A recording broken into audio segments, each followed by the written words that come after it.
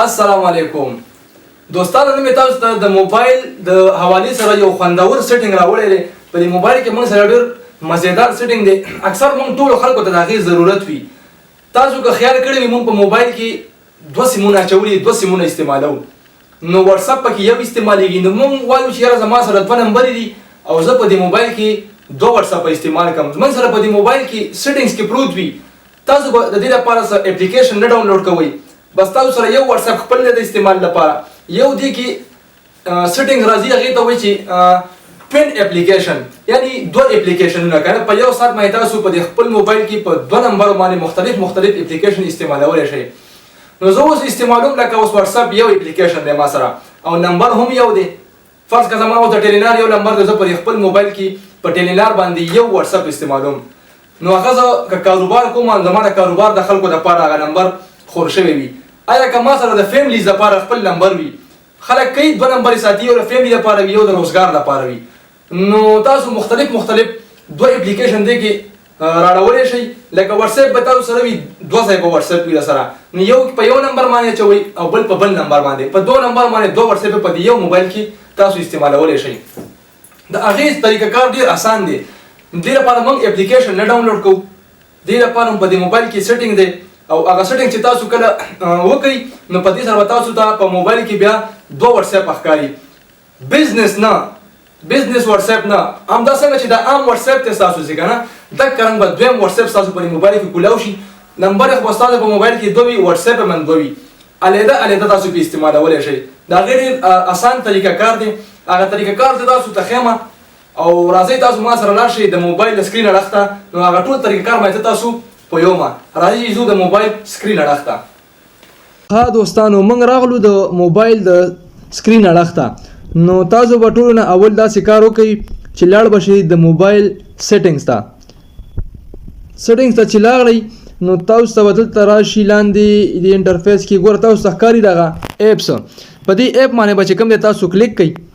نو چې په دې ایپ باندې تاسو کلیک کړل بیا به درته لاندې تاسو ته ښکاره شي دا ګورئ چې دا ټوین اپلیکیشن ایپ ټوین. نو په دې ایپ ټوین باندې به تاسو بیا کلیک کئ. ښه چې دا تاسو کلیک کړل ګوره تاسو ته دا 3 اپلیکیشن چې دا راته ښیي فیسبوک، میسنجر او واتساپ. دا 3 ونه تاسو چې کوم دی په موبایل کې ډبل استعمالولی شئ. چونکې موږ واتساپ استعمالوو، زموږ ته ضرورت د واتساپ دی، نو موږ به دلته واتساپ آن کړو.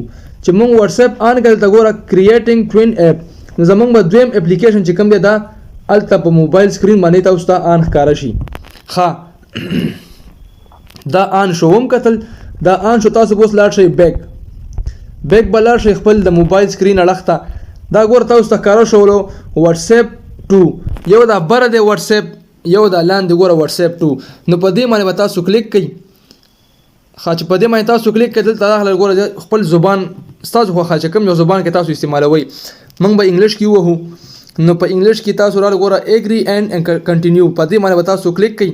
بیا به دلته خپل د موبایل نمبر تاسو کوم دی کوم نمبر خوښه وي هغه نمبر پکې بیا ورکئ چې کوم په دې موبایل کې وي. نو په دې نمبر که په دې موبایل کې نه وي بل موبایل کې وي خیر دی. نو زه دې کې خپل نمبر ورکوم.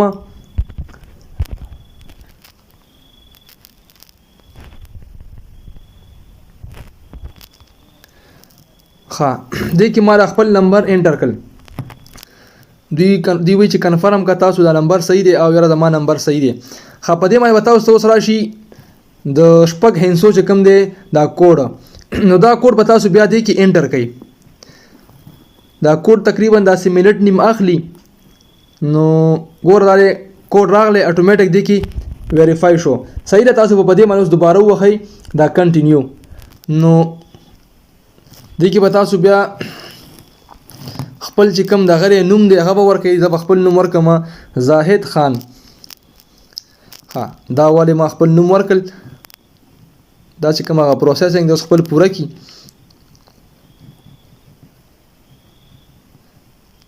ها ګوره دا پروسیس د دې پوره شولو. زمونږ په موبایل کې 2م واتساپ چې کوم دی دا آن شولو. ها تاسو به اوس چې تاسو SMS کوئ یا کوم تاسو فیملیز وي یا مثال دغه وي نو تاسو په دې باندې 2م واتساپ استعمالولی شئ. نو دا تاسو 2م واتساپ شولو. یو خپل بره واتساپ وګوره ته ښکاري یا زوړ واتساپ ته یو د لاندې 2م واتساپ راغلی. نو اوس تاسو خوښه ده چې کوم یو واتساپ استعمالوئ.